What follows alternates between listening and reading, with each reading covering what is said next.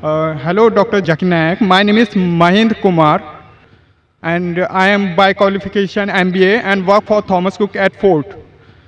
My question is regarding non-vegetarian foods.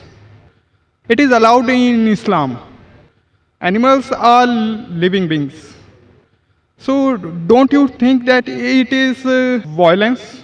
And my second question is that is it compulsory in Islam to have non-veg food, and can a pure vegetarian person can follow Islam? Mr. Mahesh Kumar has asked a very good question.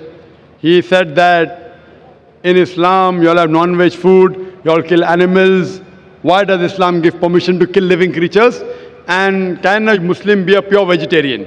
Brother, before I answer the question, I'd like to tell you, a Muslim can be a very good Muslim even by being a pure vegetarian.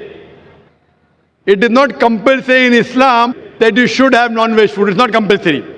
But since Allah says in the Quran and gives permission for a person to have non-veg food, in Surah Ma'idah chapter number 5 verse number 1 it says that eat of the four-footed animals which have been made lawful for you. It's mentioned in Surah Nahl chapter 16 verse number 5 that you can eat the meat of the cattle.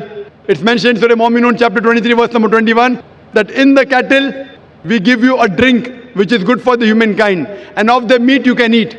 So when Almighty God gives you permission to eat the meat of the lawful animals, then why should we not have? Now coming to the logical reason why Islam permits you to have non-veg food. If we analyze non-veg food, it's rich in protein. The human body, it requires 23 amino acids, out of which 8 are not made in the human body. It should be given by external diet, which are known as essential amino acids. Now these all 8 essential amino acids are present in no kind of vegetable food together. It's only present in flesh food. So the non-veg flesh food is more nutritious as compared to vegetables. Furthermore, if you analyze, if you see the set of teeth of the herbivorous animals, the cow, the goat, the sheep, they have got flat set of teeth. They only have vegetables, they don't have flesh food.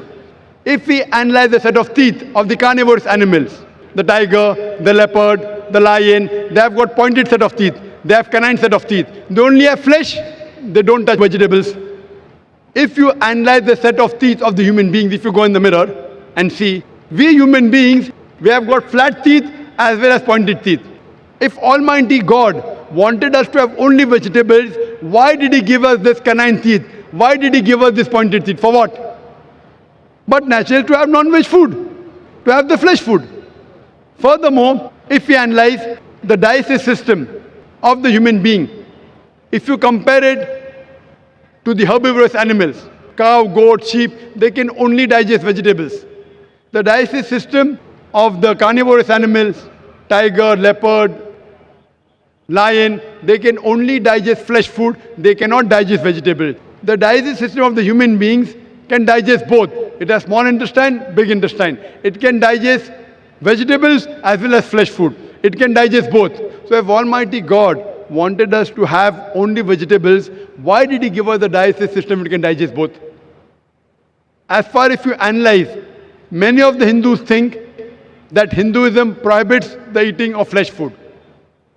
In fact, if you read, it's mentioned in Manu Smriti, chapter number 5, verse number 30. Almighty God has created some animals to eat and some to be eaten. If you eat the animals that have been created to be eaten, then it's not a sin. Manu Smriti chapter number 5 verse number 31 says that Almighty God created some animals for sacrifice. Killing them is not a sin. Manu Smriti chapter 5 verse number 40 says that killing sacrificial animals for sacrifice is permitted. It is a law of the God. So in Hindu scriptures, it's permitted to have non-veg food. If you read the Vedas and the other scriptures, sages and sons, they ate non-veg food, they even ate beef.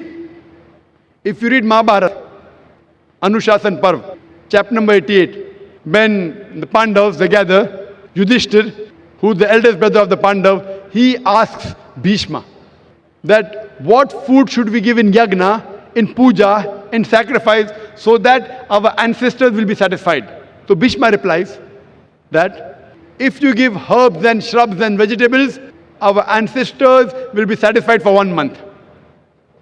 If you give them fish, for 2 months. If you give them meat, for 3 months. If you give them hair, for 4 months. If you give them goat, for 5 months. If you give them bacon, for 6 months. If you give them birds, for 7 months. If you give them deer, for 8 months. And the menu continues, big menus there. It says if you give buffalo for 11 months. If you give the flesh of cow, our ancestors will be satisfied for 1 full year. And if you give red meat of goat or meat of rhinoceros, they'll be satisfied inexhaustibly. So according to Hindu scriptures, eating non-veg is not a sin. It is because many of the Hindus were being influenced by the Ahimsa philosophy of not killing any living creatures. They started accepting it. But even this philosophy of Ahimsa, as you said, that killing living creature is a sin. Brother, do you know that even plants have got life? Do you know that, brother? Yes. So if you say killing living creature is a sin, killing a plant is also a sin. So why do you have plants? Agreed, very good. Furthermore, there are some people who say, okay, brother Zakir, I agree that plants have got life, but the plants can't feel pain. Therefore, killing a plant is a lesser sin as compared to killing an animal. The point to be noted is that today science has advanced and we have come to know even the plants can feel pain. But the cry of the plant cannot be heard by the human being because human beings hear, the frequency that they hear is from 20 cycles per second to 20,000 cycles per second. Anything below and above this range you cannot hear. So there was a farmer in America who converted the cry of the plant into the human frequency, and you could come to know when the plants were crying, when they wanted water.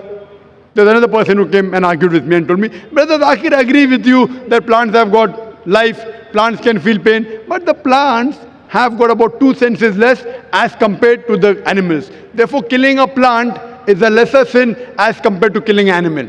I'm asking you the question, brother. Suppose your brother, your elder brother, he is born deaf and dumb. After he grows up, and someone comes and kills him. So will you go and tell the judge, me Lord, give the murderer less punishment because my brother had 2 senses less. He could not hear, he could not speak. Will you say that? In fact, you will say, give the murderer double punishment. He could not hear, he could not speak. My brother was masoom, he was innocent. So in Islam, it does not work like that, 2 senses or 3 senses. The Quran says in Surah Baqarah, chapter number 2, verse number 168, eat of the good things we have provided to you. As long as the food is halal, it's tayyib for you, you can have it. And furthermore, I personally have got no problem if the non-Muslim don't have non-veg.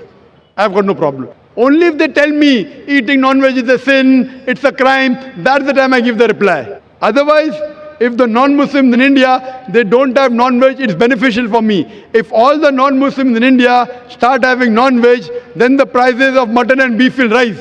It'll be more expensive for me to have it. So personally, I've got no problem. Hope that satisfies your question, brother. Yeah, definitely, sir. So now, if you want, you can yet be a good vegetarian. If you want, you can eat non-veg also. Eating non-veg will keep you more healthy. You can have, but even if you want to be a pure vegetarian, it's not a sin. Hope that answers the question, brother.